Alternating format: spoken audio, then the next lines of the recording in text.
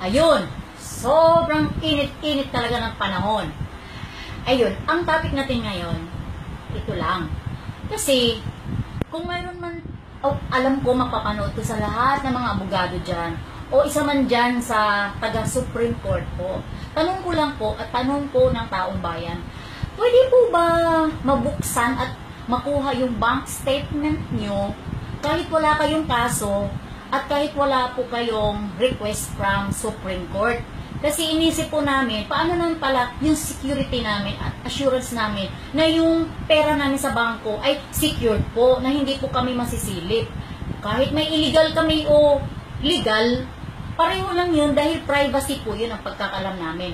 So, ang mga tao natututo dun sa panahon ni Judge Renato Corona, nakatutok kaming lahat dun. So, kahit papano po, nakakuha po kami ng lesson dun about secrecy law. Tapos, dito naman tayo kay Mr. T. Ikaw, Mr. T ka, total, yan na lang yung pinagkakabalahan mo, mangalkal ng basura. Ba't hindi mo na lang itodo? Bakit hindi na lang lahat ng government official kalkalin mo para naman may magawa ka sa bansa? Kasi tulad ng ginawa mo kay BP Binay, kinalkal mo. Eh ano nangyari? Nga. Ang dami-dami ebidensya, nga pa rin. So, he is still running for president. So, lalong tumaas po yung tinakbo niya. So, ngayon, sa kaso po ni Mayor Duterte, matagal mo na palang alam yun. Hawak-hawak mo na pala yung documents na kung saan mo naman nakuha yun. So, bakit ngayon ka lang po lumabas? Inantay mo yung last debate para kung tataas ang ratings ni Mayor Duterte, dun ka magtatatahol. Bibilib pa kami sa'yo kung simula pa lang, tumahol ka na. Di ba yung simula, si Mayor Duterte yung pinili mo maging presidente, na-turn down ka. Kaya, syempre, nag-isip kami, baka bitter ka lang. So, ngayon, you're running for a VP. Bakit wala kang presidente? Wala ba naniniwala sa'yo? Ba't hindi ka man... As least marami ka palang pera. Kasi if you're running independente, ang laki ng gastos kung tatakbo ka ng posisyon, barangay captain na gumagastos, ikaw pa, VP ka, tinatakbuhan mo, tapos wala ka man lang katuwang sa gastos, solo flight ka, di mas marami ka sigurong pera. So ngayon, ang gusto mong mangyari, imbestigahan. Unahin mo kaya sarili mo, tapos, bago doon sa mga kapitbahay mo. Kasi di ba pag maglilinis tayo, dapat unahin natin yung bahay natin bago tayo makialam sa kapitbahay. So, walang masama yung ginawa mo na nakikialam ka sa mga korupsyon. So, ngayon, yung ginawa mo, para kang, kung yung parang mathematically, sobrang simplihan natin. Punta ka sa kapitbahay. Tapos, pagbintangan mo yung kapitbahay mo na, hoy, ikaw yung kumuha ng kaldero namin, no? Tapos, sasabihin ng kapitbahay mo, may ebidensya ka ba? O, siyempre, sasagot din kapitbahay mo. Sasagot ka rin, oo, mayroon. O, itong kaldero. O, ipalo mo sa ulo niya yung kaldero. Ngayon ang ginawa mo kay Mayor Duterte, sinabihan mo, hoy, ikaw yung kumain ng ulam namin, no? O, di siyempre, sasagot si Mayor Duterte, bakit may ebidensya ka ba? O, di ba, ang haba ng proseso, paano mo mapapatunayan na siya yung kumain ng ulam? Di ba? So, kalkalin mo yung CR, antayin mo. Diyos ko naman yung Weber na yan. Papel lang yan. Alam nyo lahat kayo na ang waiver, bank waiver, pwede lang yan buksan kung mayroon kayong specific na bank na pwede nyo buksan kung may kaso kayo at may request yung yung Supreme Court. So, wala din yan. So, ngayon, paano mo papatunayan si Mayor Duterte? Wala ka pa namang kaso na sinasampa sa kanya. So, hindi ka makapunta ng Supreme Court para mag-request ka ng documents. Saan mo nakuha yung mga documents na yan? Doon nga kay Binay, ang dami-daming witness, wala nga nangyari. Tapos yung documents mo, kung saan nang galing yan? Ano ba yan? Bakit hindi ka naman tumakbo ng, yung Metroid?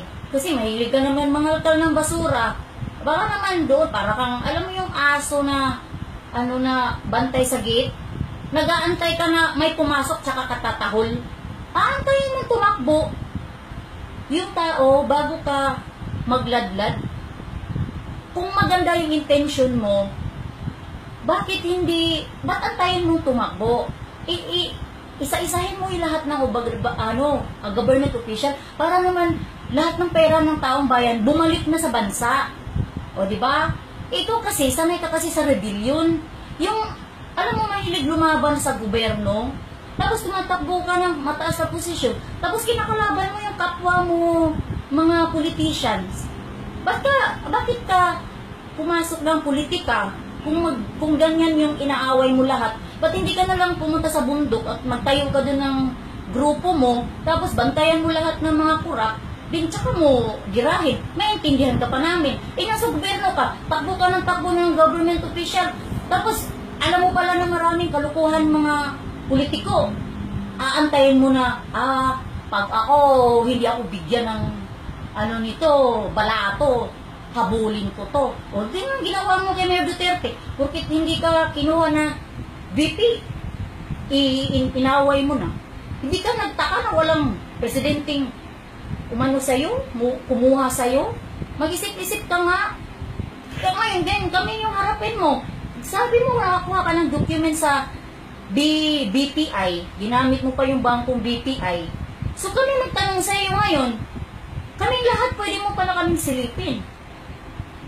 Ang dali-dali lang pala silipin yung mga ari-arian namin, walang kaabog-abog. Pante, ayaw mo silipin? Grabe naman to. Akala naman niya magiging superhero siya. So, ito namang mga politician na ba? Pirma ng waiver. Ayusin mo kaya yung waiver sa mga hospital. Bakit kung magpa-opera ka, kailangan pipirma ka ng waiver? So, kahit may malpractice pa yung doktor, may nakulong ba? Wala rin. Kasi pinapapirma ka ng waiver eh. So, ibig sabihin, wala silang sagot sa pananagutan kasi may waiver. O, yung mga network, pag may mga game show, papapirma ng waiver. Imbis na insurance, baka matigo ka dun. Waiver rin yung ipapapirma sa'yo. Para wala silang pananagutan. Yan lang kaya ayusin nyo yung mga about security assurance ng mga tao. Chusera to. Wala naman niya. Tahol ng tahol. Yung mga tubig na tahimik, yun ang mga malalalim. Hindi mo naman mapaikot sa pala dun si Mayor Duterte. Experience fiscal yan. Tapos, lutuin mo sa sarili niya mantika. Magsampa ka ng kaso. Di ba sabi nga, magsampa ka ng kaso. Tahol ka ng tahol. Siyempre, yung iba naman, tuwang-tuwa, tawa pa ng tawa. Ang tagal-tagal na proseso niya. Diyos ko, ilang pang, baka naman, 1 week, iba na naman yung, matatabunan naman yung issue na yan. Wala namang natuloy-tuloy na kaso sa Pilipinas. Lahat naman natatabunan lang. O Mr. T, okay ka na? Zero.